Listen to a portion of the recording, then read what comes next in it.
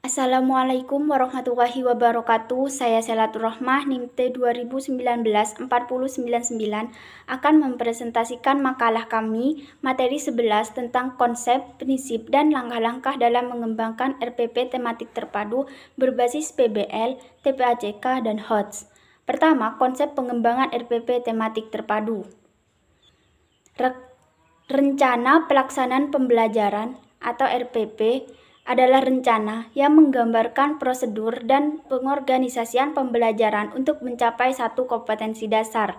RPP paling luas mencakup satu kompetensi dasar yang meliputi satu atau beberapa indikator untuk satu kali pertemuan atau lebih. Pengembangan RPP harus memperhatikan minat dan perhatian peserta didik terhadap materi, standar, dan kompetensi yang dijadikan bahan kajian. Dalam hal ini harus diperhatikan agar siswa guru jangan hanya berperan sebagai transformator, tetapi juga harus berperan sebagai motivator yang dapat membangkitkan gairah dan nafsu belajar, mendorong peserta didik untuk belajar dengan menggunakan berbagai variasi media dan sumber belajar lainnya yang sesuai dengan proses pembelajaran, serta menunjang pembentukan kompetensi dasar dalam pembelajaran tematik. Landasan pembelajaran tematik yang pertama yaitu landasan filosofis. Landasan filosofis dalam pembelajaran tematik sangat dipengaruhi oleh 3 aliran filsafat. Yang pertama yaitu progresivisme. Aliran progresivisme memandang proses pembelajaran perlu ditekankan pada pembentukan kreativitas, pembentukan sejumlah kegiatan, suasana alamiah atau natural, dan memperhatikan pengalaman siswa. Kedua, konstruktivisme. Menurut aliran ini, pengetahuan bukan suatu yang sudah jadi, melainkan suatu proses yang berkembang terus-menerus. Ketiga, humanisme. Aliran humanisme melihat siswa dari segi keunikan atau kekhasannya dan motivasi yang dimilikinya. Siswa selain memiliki kesamaan, juga memiliki kekhasan. Landasan yang kedua yaitu landasan psikologis. Landasan psikologis dalam pembelajaran tematik terutama berkaitan dengan psikologi perkembangan peserta didik dan psikologi belajar. Landasan yang ketiga yaitu landasan yuridis. Landasan yuridis dalam pembelajaran tematik berkaitan dengan berbagai kebijakan atau peraturan yang mendukung pelaksanaan pembelajaran tematik pada usia dini. Tujuan pembelajaran tematik terpadu yang pertama yaitu meningkatkan pemahaman konsep yang dipelajarinya secara lebih bermakna. Kedua, mengembangkan keterampilan menemukan, mengolah, dan memanfaatkan informasi. Yang ketiga, menumbuh kembangkan sikap positif, kebiasaan baik, dan nilai-nilai luhur yang diperlukan dalam kehidupan. Keempat, menumbuh kembangkan keterampilan sosial seperti kerjasama, toleransi, komunikasi, serta menghargai pendapat orang lain. Kelima, meningkatkan gairah dalam belajar. Assalamualaikum warahmatullahi wabarakatuh. Di sini saya Iin Ainur Rofiah, nomor induk mahasiswa T2019-4091. Di sini saya sebagai pemateri kedua akan memaparkan materi tentang prinsip-prinsip pengembangan RPP tematik terpadu dan komponen-komponen penyusunan RPP. Yang pertama, prinsip-prinsip pengembangan RPP tematik terpadu. Prinsip acuan pengembangan RPP adalah sebagai berikut. Yang pertama, memperhatikan perbedaan individual peserta didik, antara lain kemampuan awal, tingkat intelektual, bakat, potensi, minat, motivasi belajar, kemampuan sosial, emosi, gaya belajar, kebutuhan khusus, kecepatan belajar, latar belakang budaya, norma, nilai, dan lingkungan peserta didik.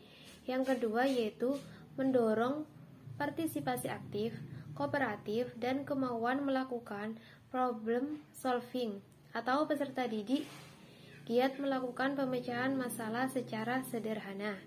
Yang ketiga, pembelajaran berpusat pada peserta didik untuk mendorong semangat belajar, motivasi, minat, kreativitas, inisiatif, inspirasi, inovasi, dan kemandirian.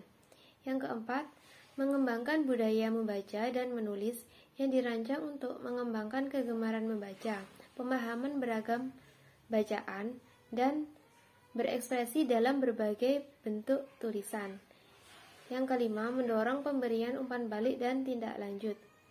Yang keenam, RPP disusun untuk memperhatikan keterkaitan dan keterpaduan antara KD, materi pembelajaran, kegiatan pembelajaran, indikator pencapaian kompetensi, penilaian, sumber belajar dalam satu keutuhan pengalaman belajar.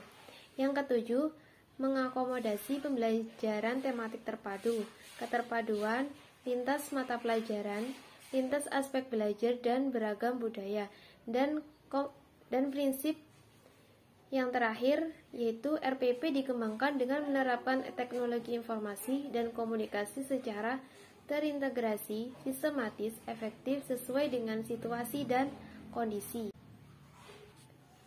Pemaparan materi yang berikutnya yaitu komponen-komponen penyusunan RPP, di antaranya identitas mata pelajaran yang meliputi tema, nama mata pelajaran, kelas atau semester, dan alokasi waktu. Yang kedua, kompetensi yang akan dicapai peserta didik, di antaranya standar kompetensi. Standar kompetensi merupakan kualifikasi kemampuan minimal peserta didik yang menggambarkan penguasaan pengetahuan, sikap, dan keterampilan yang diharapkan dicapai pada setiap kelas atau semester pada suatu mata pelajaran. Yang kedua, kompetensi dasar, yaitu sejumlah kemampuan yang harus dikuasai peserta didik dalam mata pelajaran tertentu sebagai rujukan penyusunan indikator pencapaian kompetensi dalam suatu pelajaran. Dan yang selanjutnya, kompetensi yang selanjutnya, indikator pencapaian kompetensi, yaitu perilaku yang dapat diukur atau diobservasi untuk mewujudkan ketercapaian KD tertentu yang menjadi acuan penilaian mata pelajaran. Kompetensi yang selanjutnya, yang terakhir, yaitu kompetensi prasyarat yang harus sudah dikuasai peserta didik bila perlu untuk mencapai kompetensi berikutnya. Komponen selanjutnya yaitu tujuan pembelajaran. Tujuan pembelajaran menggambarkan proses dan hasil belajar yang diharapkan dicapai oleh peserta didik sesuai dengan KD. Yang selanjutnya, materi ajar. Materi ajar memuat fakta, konsep, prinsip, dan prosedur yang relevan dan ditulis dalam bentuk butir-butir sesuai rumusan indikator pencapaian kompetensi. Komponen selanjutnya yaitu metode pembelajaran. Metode pembelajaran digunakan oleh guru untuk mewujudkan suasana belajar dan proses pembelajaran agar peserta didik mencapai KD atau seperangkat indikator yang telah ditetapkan. Yang selanjutnya, kegiatan pembelajaran. Kegiatan pembelajaran di sini mencakup sebagai berikut. Yang pertama, pendahuluan. Yang kedua, kegiatan inti, dan yang terakhir, penutup. Komponen yang selanjutnya yaitu penilaian hasil belajar. Prosedur dan instrumen penilaian proses dan hasil belajar disesuaikan dengan indikator pencapaian kompetensi dan mengacu pada standar penilaian. Dan komponen yang terakhir yaitu alat dan sumber belajar. Assalamualaikum warahmatullahi wabarakatuh. Saya Rohimawati Nurrosidah, nomor induk mahasiswa T2019-4112. Di sini saya sebagai pemateri ketiga akan menjelaskan tentang langkah-langkah menyusun RPP. Yang pertama yaitu identitas RPP. Identitas RPP meliputi nama sekolah, mata pelajaran, kelas atau semester, standar kompetensi, kompetensi dasar, indikator, dan alokasi waktu. Yang kedua, mengembangkan K13 dan K14. Kompetensi inti pada ranah pengetahuan KI3 memiliki dua dimensi dengan batasan-batasan yang telah ditentukan pada setiap tingkatannya. Kedua dimensi tersebut antara lain sebagai berikut. Yang pertama, dimensi perkembangan kognitif peserta didik. Yang kedua, dimensi pengetahuan. Kemudian yang ketiga, menentukan SK, KD, dan mengembangkan indikator melalui rumus ABCD. Standar kompetensi merupakan kualifikasi kemampuan minimal peserta didik yang menggambarkan penguasaan pengetahuan, sikap, dan keterampilan yang diharapkan dicapai pada setiap kelas dan atau semester pada suatu mata pelajaran. Kompetensi dasar adalah sejumlah kemampuan yang harus dikuasai peserta didik dalam mata pelajaran tertentu sebagai rujukan penyusunan indikator kompetensi dalam suatu pelajaran. Kemudian yang keempat, yaitu merumuskan tujuan yang berbasis HOTS atau dengan menggunakan kata kerja operasional HOTS yang berbasis C4, C5, dan C6. RPP yang HOTS adalah RPP di mana rancangan pembelajaran yang akan disajikan diharapkan dapat memotivasi peserta didik untuk berpikir kritis, logis, dan sistematis sesuai dengan karakteristik tiap mata pelajaran serta memiliki kemampuan berpikir tingkat tinggi pada level C4, C5, dan C6. Yang kelima yaitu menentukan dan mengembangkan materi pembelajaran yang berbasis ICT atau PEC berupa video pembelajaran atau video interaktif.